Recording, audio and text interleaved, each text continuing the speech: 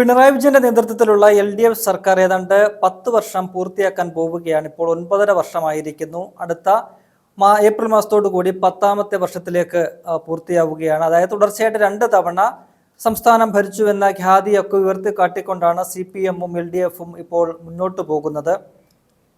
ഈ 10 വർഷത്തിനിടയ്ക്ക് ഉണ്ടായ ഭരണ നേട്ടങ്ങളൊന്നും തന്നെ പറയാൻ LDF-നോ പിണറായി വിജയനോ CPM-നോ ഇല്ല എന്നതാണ് ഏറ്റവും പ്രധാനപ്പെട്ട ഒരു കാര്യം.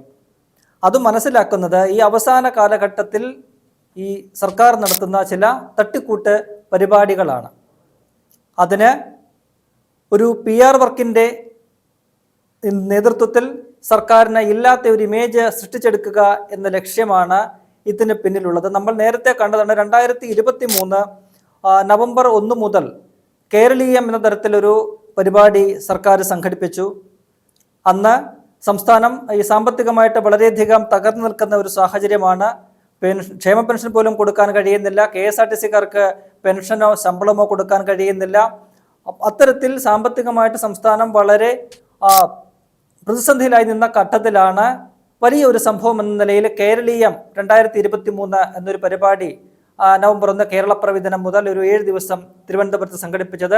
കേരളത്തിൻ്റെ സംസ്കാരങ്ങൾ, വിവിധ സംസ്കാരങ്ങളെല്ലാം തന്നെ ലോകത്തിനു മുന്നിൽ അവതരിപ്പിക്കുക എന്ന ലക്ഷ്യത്തോടു കൂടിയാണ് ഈ പരിപാടി എന്നൊക്കെയാണ് സർക്കാർ പറഞ്ഞത്. ഒപ്പം തന്നെ കേരളത്തിൻ്റെ ഭാവി എങ്ങനെ നിശ്ചയിക്കപ്പെടണം എന്നതുൾപ്പെടെയുള്ള ചില ലക്ഷ്യങ്ങളൊക്കെ തന്നെ സർക്കാർ മുന്നോട്ട് വെച്ചു.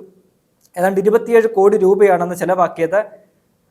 മൊത്തത്തിൽ 27 കോടി രൂപ ചെലവായപ്പോൾ അതിലേതാണ്ട് നല്ലൊരു ശതമാനവും ഈ പരസ്യ ബോർഡുകൾക്കാണ് സർക്കാർ ചെലവാക്കിയത്. മുഖ്യമന്ത്രിയുടെയും മന്ത്രിമാരുടെയും ചിത്രങ്ങളടങ്ങുന്ന ഹോർഡിങ്സുകളൊക്കെ തന്നെ തലസ്ഥാനത്തും സംസ്ഥാന വ്യാപകമായിട്ടും എല്ലാം നിരന്നു. അതിന് ലക്ഷങ്ങളാണ് സർക്കാർ ധൂർത്തടിച്ചത്.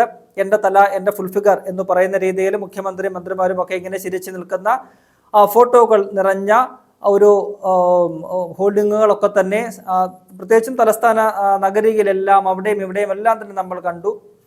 അങ്ങനെ തങ്ങളുടെ ഒരു പരസ്യം അല്ലെങ്കിൽ തങ്ങളുടെ ചിത്രങ്ങളുമൊക്കെ തന്നെ കൊടുക്കുന്ന അല്ലെങ്കിൽ തങ്ങളുടെ ഭരണം നേട്ടങ്ങളൊക്കെ തന്നെ പറഞ്ഞുകൊണ്ട് എന്ന നിലയിൽ ചില പരസ്യങ്ങൾ കൊടുക്കാവുന്ന തരത്തിലേക്ക് ആ പരിപാടിയെ മാറ്റിയെടുക്കുന്ന ഒരു കാഴ്ച കണ്ടു. അതിനപ്പുറം എന്തെങ്കിലും ആ പരിപാടി കൊണ്ട് ഉദ്ദേശിച്ചത് എന്താണോ ആ ലക്ഷ്യങ്ങൾ എന്തെങ്കിലും നിറവേറ്റാൻ കഴിഞ്ഞോ എന്നത് ഇപ്പോഴും ഒരു സംശയമായിട്ട് ഉന്നയിക്കപ്പെടുന്നുണ്ട്. അന്ന് പ്രതിപക്ഷം ആ പരിപാടിയോട് സഹകരിച്ചില്ല. ഈ പറയുന്ന ധൂർത്ത് സാമ്പത്തിക പ്രതിസന്ധി നടത്തുന്ന ഒരു ധൂർത്തിനെതിരെ പ്രതിപക്ഷം കോൺഗ്രസ് ശക്തമായൊരു നിലപാട് സ്വീകരിച്ച് അവരതിൽ നിന്ന് വിട്ടുനിന്നു. പിന്നീട് വലിയ വിവാദങ്ങളൊക്കെ തന്നെ ആ പരിപാടിയുമായിട്ടൊക്കെ ബന്ധപ്പെട്ട് നടന്നു. അവിടെ ഈ ആദിവാസികളെയൊക്കെ കൊണ്ടുവന്ന് ലൈവായിട്ട് അവരുടെ ജീവിതമൊക്കെ ചിത്രീകരിച്ച് അവരെ ഒരു പ്രദർശന വസ്തുവായിട്ട് കാഴ്ച വസ്തുവായിട്ട് നിർത്തിയതൊക്കെ തന്നെ വലിയ വിവാദങ്ങളാവുകയും ഒക്കെ തന്നെ ചെയ്യുന്ന കാഴ്ച നമ്മൾ കണ്ടു.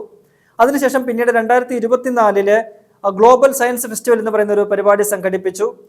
ഏഷ്യയിലെ തന്നെ ഏറ്റവും വലിയ സയൻസ് ഫെസ്റ്റിവൽ എന്ന നിലയിലാണ് ആ പരിപാടി സംഘടിപ്പിച്ചത്. അതിനും ഈ പറയുന്നത് പോലെ പല പ്രഖ്യാപിത ലക്ഷ്യങ്ങളും ഉണ്ടായിരുന്നു.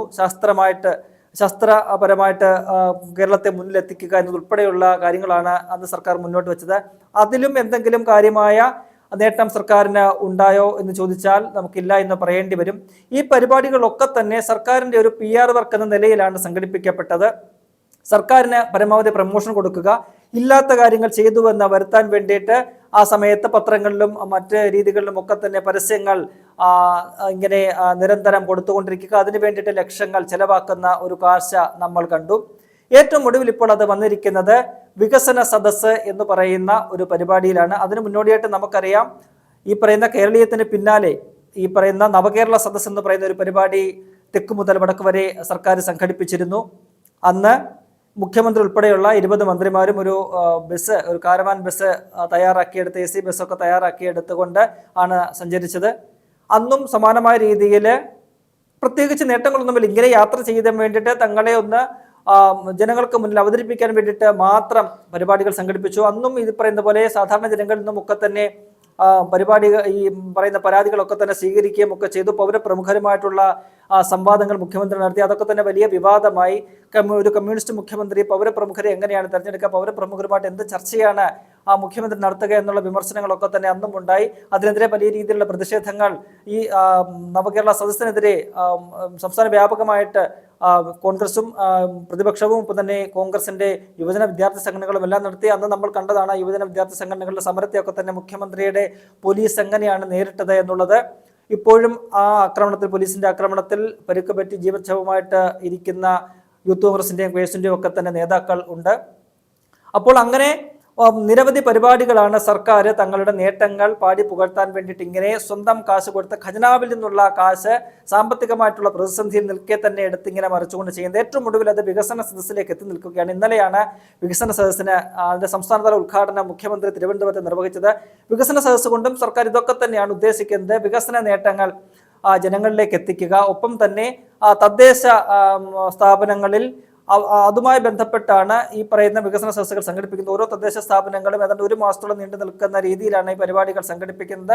തദ്ദേശ സ്ഥാപനങ്ങൾ ഇതുവരെ കൈവരിച്ച നേട്ടങ്ങളൊക്കെ തന്നെ അതിന്റെ റിപ്പോർട്ട് അവതരിപ്പിക്കുക. ഇനി എങ്ങനെ ഏതാണ്ട് 2036 ഭാവി ഈ കേരളത്തെ എങ്ങനെ പരുവപ്പെടുത്തിയെടുക്കണം, അതിനുള്ള നിർദ്ദേശങ്ങളും ഒക്കെ തന്നെ അഭിപ്രായങ്ങളും ഒക്കെ തന്നെ ജനങ്ങളിൽ നിന്നുമൊക്കെ സ്വീകരിക്കുക എന്നൊക്കെ പറഞ്ഞുകൊണ്ടാണ് ഇത് സംഘടിപ്പിക്കുന്നത്. പക്ഷേ അതിന്റെ പരമമായ ഉദ്ദേശം എന്ന് പറയുന്നത് പോലെ ഇതുവരെയുള്ള പ്രത്യേകിച്ചും ഇടതുപക്ഷമൊക്കെ ഭരിക്കുന്ന തദ്ദേശ സ്ഥാപനങ്ങളുടെ നേട്ടങ്ങൾ അത് പറഞ്ഞുകൊണ്ട് മറ്റൊരു PR വർക്കിലേക്ക് പോവുക എന്നതാണ് ഈ പരിപാടി കൊണ്ടും ഉദ്ദേശിക്കുന്നത്. ഇതിനിടയിൽ മറ്റൊരു പരിപാടി കൂടി കഴിഞ്ഞ മന്ത്രിസഭ അത് പ്രഖ്യാപിച്ചിട്ടുണ്ട്. അത് CM വിത്ത് മീ എന്ന് പറയുന്ന ഒരു പരിപാടിയാണ്. അതായത് മുഖ്യമന്ത്രി എന്നോടൊപ്പം എന്ന് പറയുന്ന രീതിയിൽ സാധാരണ ജനങ്ങളുമായിട്ട് കണക്ട് ചെയ്യുന്ന ഒരു പരിപാടി എന്ന നിലയിലാണ് അതിനെ വിഭാവനം ചെയ്തിരിക്കുന്നത്. അതിൻ്റെ ലക്ഷ്യങ്ങളായിട്ട് പറയുന്നത് പ്രധാന സർക്കാർ പദ്ധതികൾ, ക്ഷേമ പദ്ധതികൾ, മേഖലാധിഷ്ഠിത സംരംഭങ്ങൾ, മുഖ്യമന്ത്രിയുടെ ദുരിതാശ്വാസ നിധി തുടങ്ങിയവയെക്കുറിച്ച് പൊതുജനങ്ങൾക്ക് എളുപ്പത്തിൽ വിവരങ്ങൾ നൽകുക,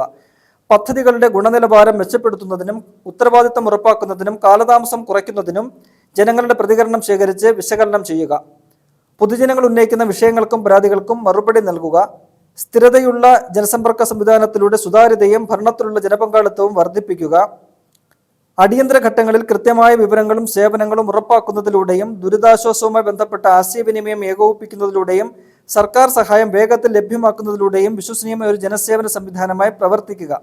അതായത് ഈ കഴിഞ്ഞ 9.5 വർഷവും ചെയ്യാൻ കഴിയാത്ത കാര്യങ്ങൾ ഈ അവസാന കാലത്ത് ഏതാണ്ട് ഭരണത്തിൽ നിന്നും മാറാൻ, അല്ലെങ്കിൽ ഈ ഒരു തെരഞ്ഞെടുപ്പിന് ഏതാണ്ട് 4-5 മാസങ്ങൾ മാത്രം അവശേഷിക്കെ സർക്കാർ സംഘടിപ്പിക്കുകയാണ്. മുൻപ് നമുക്കറിയാം, ഇതൊക്കെ തന്നെ കേരളത്തിന്റെ മുൻ മുഖ്യമന്ത്രി, കോൺഗ്രസിന്റെ സമുന്നതനായ നേതാവായിരുന്ന ഉമ്മൻചാണ്ടി ഈ സീനൊക്കെ പണ്ടേ വിട്ടതാണ്. 2004 അദ്ദേഹം ആദ്യമായിട്ട് മുഖ്യമന്ത്രിയാകുന്ന ഘട്ടത്തിൽ ജനസമ്പർക്ക പരിപാടി എന്ന് പറയുന്ന ഒരു പരിപാടി കൊണ്ടുവന്നു. സാധാരണ ജനങ്ങളിലേക്ക് ഇറങ്ങിച്ചെന്നുകൊണ്ട് അവരുടെ പ്രശ്നങ്ങൾ കേട്ടുകൊണ്ട് മണിക്കൂറുകളോളം 23-24 മണിക്കൂർ, ഒരു ദിവസം രാവിലെ തുടങ്ങിക്കഴിഞ്ഞാൽ 10 മണിക്കോ കാണാൻ തുടങ്ങിക്കഴിഞ്ഞാൽ അന്ന് രാത്രി നീണ്ടും പിറ്റേന്ന് രാവിലെ വരെയൊക്കെ നീളുന്ന ജനസമ്പർക്ക പരിപാടികൾ കണ്ട് കേരള ജനത അന്തം വിട്ടിട്ടുണ്ട്.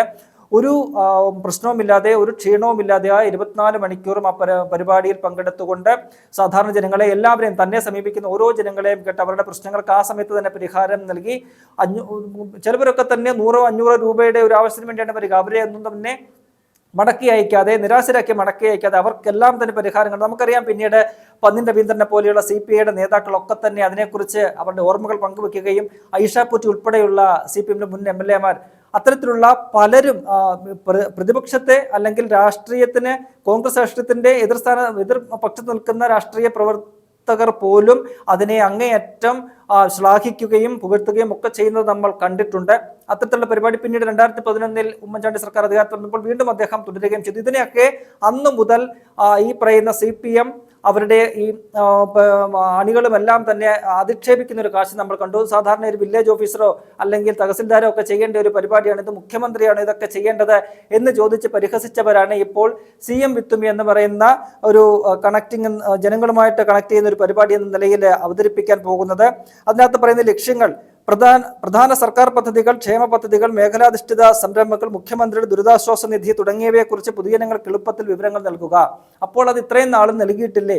ഈ 9.5 വർഷം ഭരിച്ചിട്ടും ഇക്കാര്യങ്ങളൊന്നും തന്നെ ജനങ്ങളിലേക്ക് എത്തിക്കാൻ സർക്കാർ ഒരു സംവിധാനവും ഏർപ്പെടുത്തിയില്ലേ? ഈ 9.5 വർഷം പൂർത്തിയായി കഴിഞ്ഞപ്പോഴാണോ ഈ പരിപാടികൾ ചെയ്യുന്നത് എന്ന ചോദ്യം ഉയരുന്നുണ്ട്. പദ്ധതികളുടെ ഗുണനിലവാരം മെച്ചപ്പെടുത്തുന്നതിനും ഉത്തരവാദിത്തം ഉറപ്പാക്കുന്നതിനും കാലതാമസം കുറയ്ക്കുന്നതിനും ജനങ്ങളുടെ പ്രതികരണം ശേഖരിച്ച് വിശകലനം ചെയ്യുക.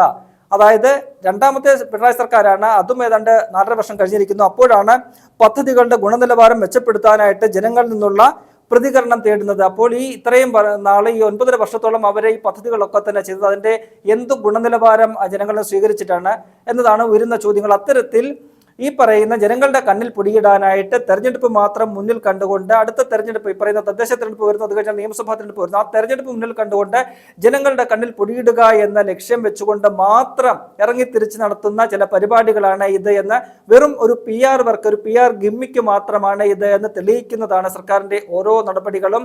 അതുതന്നെയാണ് ഇപ്പോൾ ഇന്നലെ ആരംഭിച്ചിരിക്കുന്ന വികസന സദസ്സും അതിനുശേഷം ഇനിയിപ്പോൾ തുടങ്ങാനിരിക്കുന്ന ഈ CM വിത്ത് മീ എന്ന് പറയുന്ന പരിപാടിയെല്ലാം, നേരത്തെ നടന്ന കേരളീയവും ഗ്ലോബൽ സയൻസ് ഫെസ്റ്റിവലും ഒപ്പം തന്നെ നവകേരള സദസ്സും എല്ലാം ഇത്തരത്തിൽ ജനങ്ങളെ പറ്റിക്കുക, ജനങ്ങളെ പരിഹാസ്യരാക്കുക, അതുവഴി തങ്ങൾക്ക് കുറെ കാശ് ചെലവാക്കി തങ്ങളുടെ സർക്കാരിൻ്റെയും ഒക്കെ തന്നെ ഒരു PR വർക്ക് ചുളുവിൽ നടത്തിയെടുക്കുക എന്ന ലക്ഷ്യം മാത്രമാണ് ഈ സർക്കാരിന് മുന്നിലുള്ളത്.